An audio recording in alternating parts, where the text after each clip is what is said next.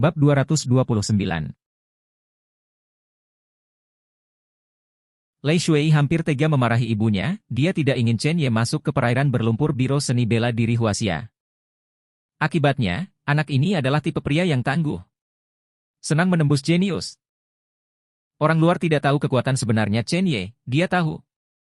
Fang Zongxin dan Chen Ye bertarung, Fang Zongxin pasti akan mati.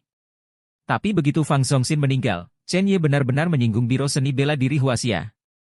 Organisasi otoritatif yang berakar di ibu kota ini ingin berurusan dengan Chen Ye dengan mudah. Ini adalah mesin tempur negara. Orang-orang kuat di dalam seperti monster. Sangat merepotkan bagi Chen Ye untuk menyinggung Biro Seni Bela Diri Huaxia. Dia datang ke sisi Chen Ye dan berkata dengan cepat, "Tuan Ye, Anda benar-benar ceroboh dalam hal ini. Keberadaan Biro Seni Bela Diri Huaxia adalah untuk membatasi dan mengendalikan para pejuang kuno dan menyinggung mereka. Di masa depan, Tuan Ye ingin berada di dunia seni bela diri Huaxia. Ini sedikit merepotkan." Chen Ye menyeka pedang pembunuh naga di tangannya tanpa ekspresi, dan berkata dengan ringan, "Saya tidak berencana untuk mencampuri dunia seni bela diri Tiongkok sama sekali, belum lagi. Saya sudah membunuh Tang Ao di depan mereka, menurut Anda. Sekelompok orang ini mungkin akan melepaskannya. Apakah kamu pernah melewatiku? Daripada tersentak, lebih baik mengambil inisiatif." Lei Shui terdiam.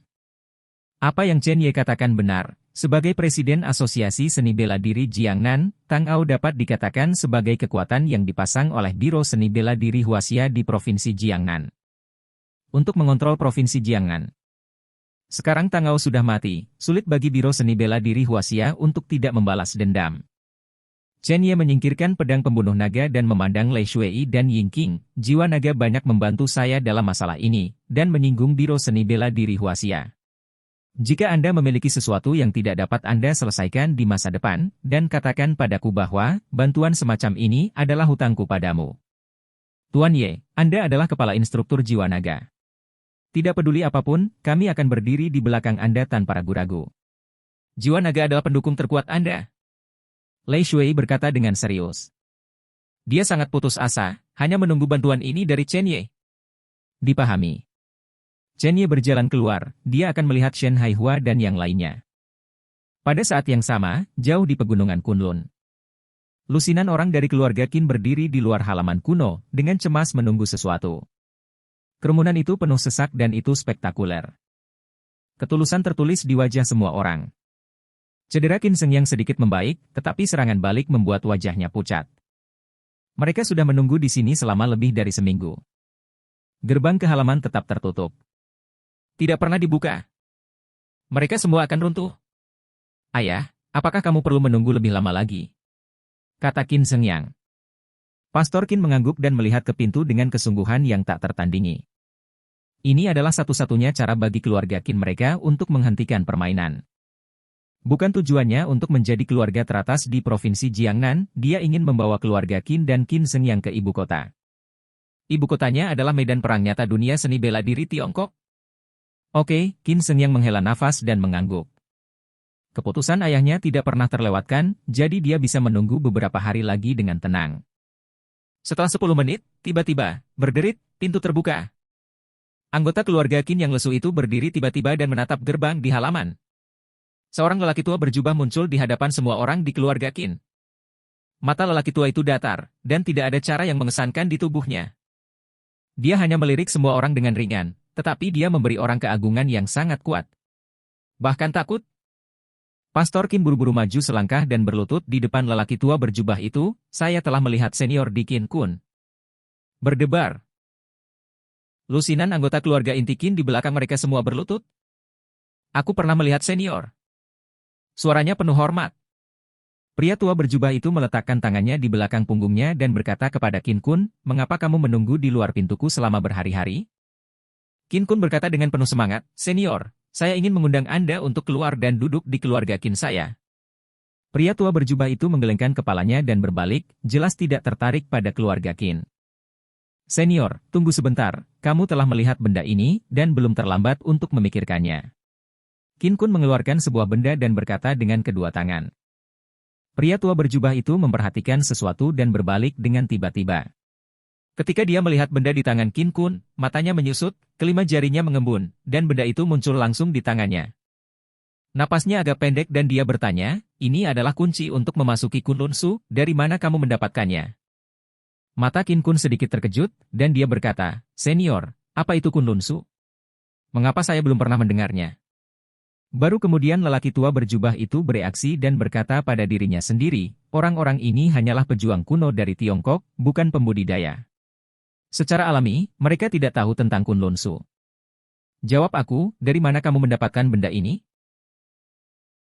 Qin Kun dengan cepat menjelaskan, Tuan Qi, ini adalah harta yang diturunkan oleh leluhur saya dari keluarga Qin. Dengan hal ini, kami ingin mengundang para senior untuk mengambil tindakan dan duduk di keluarga Qin. Pria tua berjubah itu mengambil sesuatu ke dalam pelukannya, dan dia tidak bisa menolaknya sama sekali. Segera, setelah berpikir selama beberapa menit, dia berkata, waktu saya terbatas. Demi bayi ini, saya bersedia keluar sekali, tetapi saya akan duduk di keluarga Qin Anda paling lama sebulan. Setelah sebulan, saya akan pergi.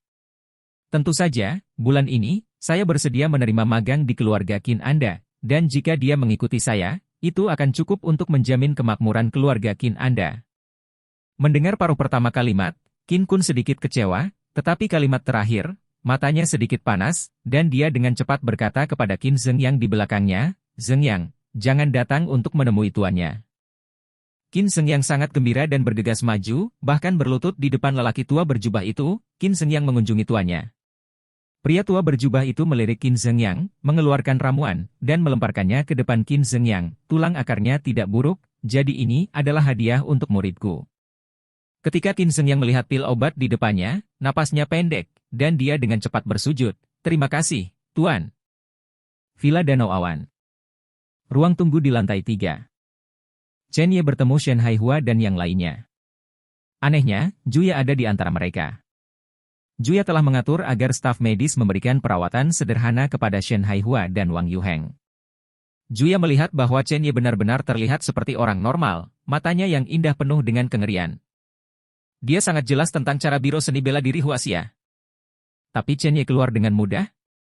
Persetan. Tuan Ye, kata Shen Haihua dengan suara gemetar.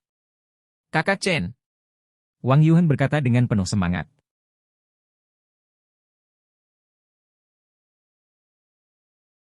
Semangat.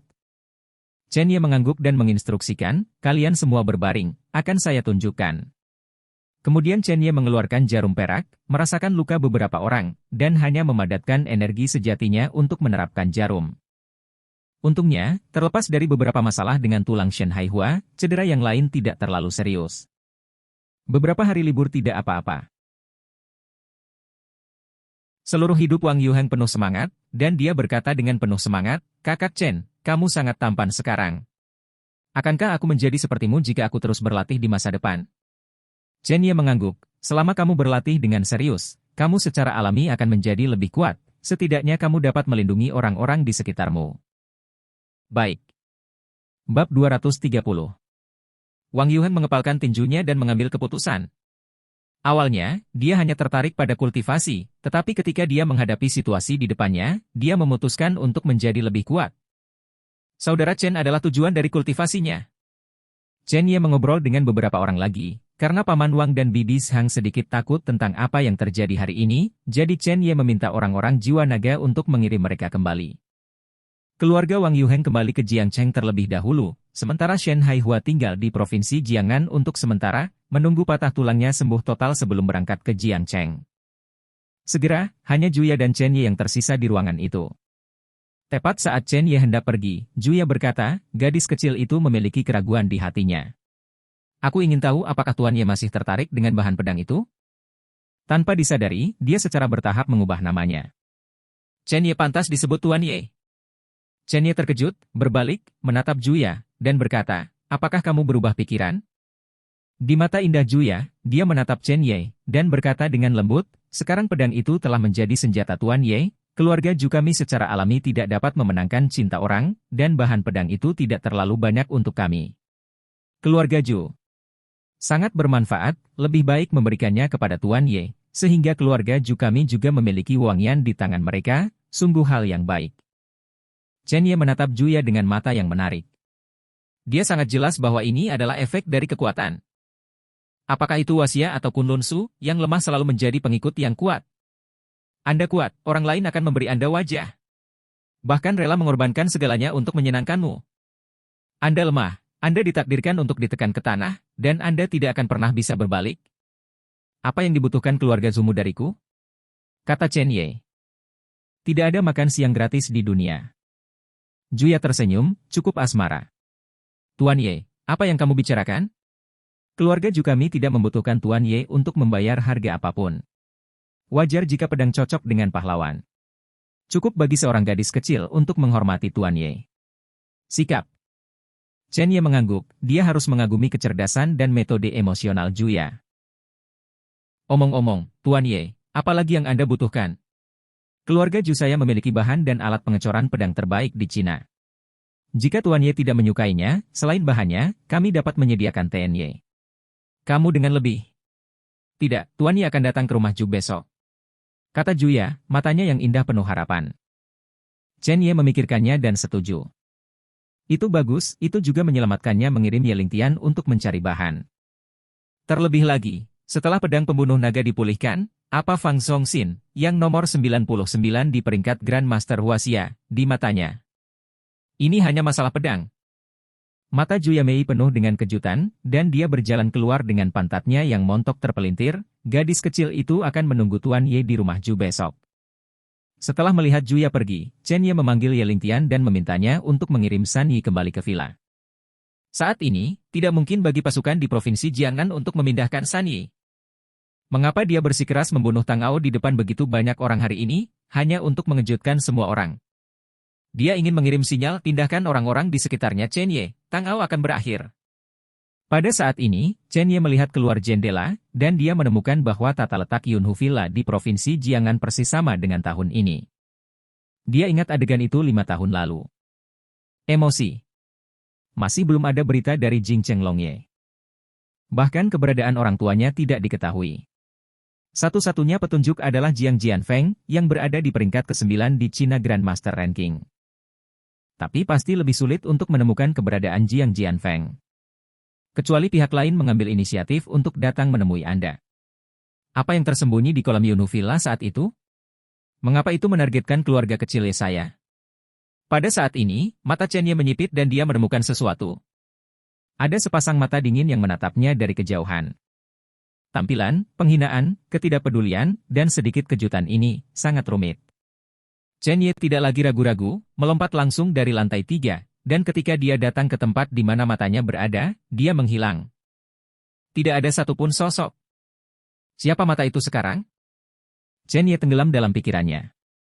3 jam kemudian, di halaman yang tenang di ibu kota.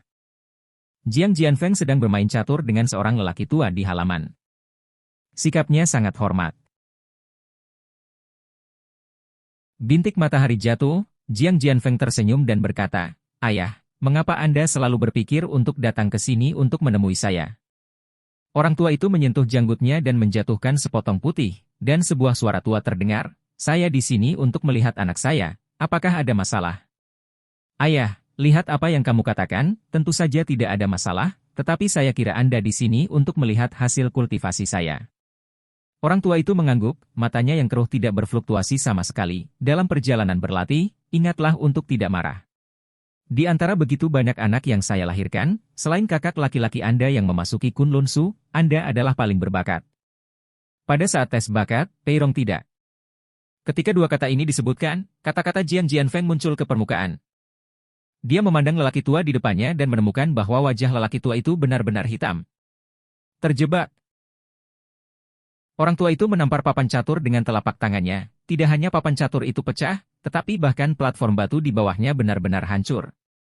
Orang tua itu berdiri dan berkata dengan suara dingin, "Saya tidak akan pernah mengakui bahwa Peirong adalah putri saya. Saya tidak mendengarkan kontrol keluarga, dan gegabah menikahi seorang anak laki-laki yang rendah hati.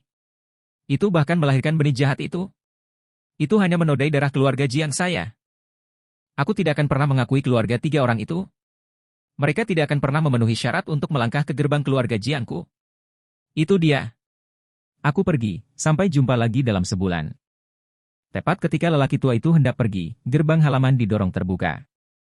Seorang pria kurus berjalan dengan tergesa-gesa, "Tuan Jiang, Sesuatu terjadi di Provinsi Jiangnan, sesuatu yang besar terjadi, lalu Chen Ye. Ketika dia melihat lelaki tua itu, suara lelaki kurus itu berhenti. Dia menelan ludah dan berkata dengan suara gemetar, "Tuan, kenapa kau ada di sini?" Pria tua itu mengabaikan pria kurus itu. Tepat ketika dia akan pergi, dia tiba-tiba memikirkan sesuatu. Hatinya seperti digantung oleh sesuatu. Dia memandang pria kurus itu dan bertanya, "Apa yang baru saja kamu katakan?" Chen Ye. Jiang Jianfeng juga datang dan menjelaskan, "Ayah, ada sesuatu, Anda mungkin tidak tahu bahwa anak yang jatuh dari Yunhu Villa saat itu tidak mati." Dia kembali. Share.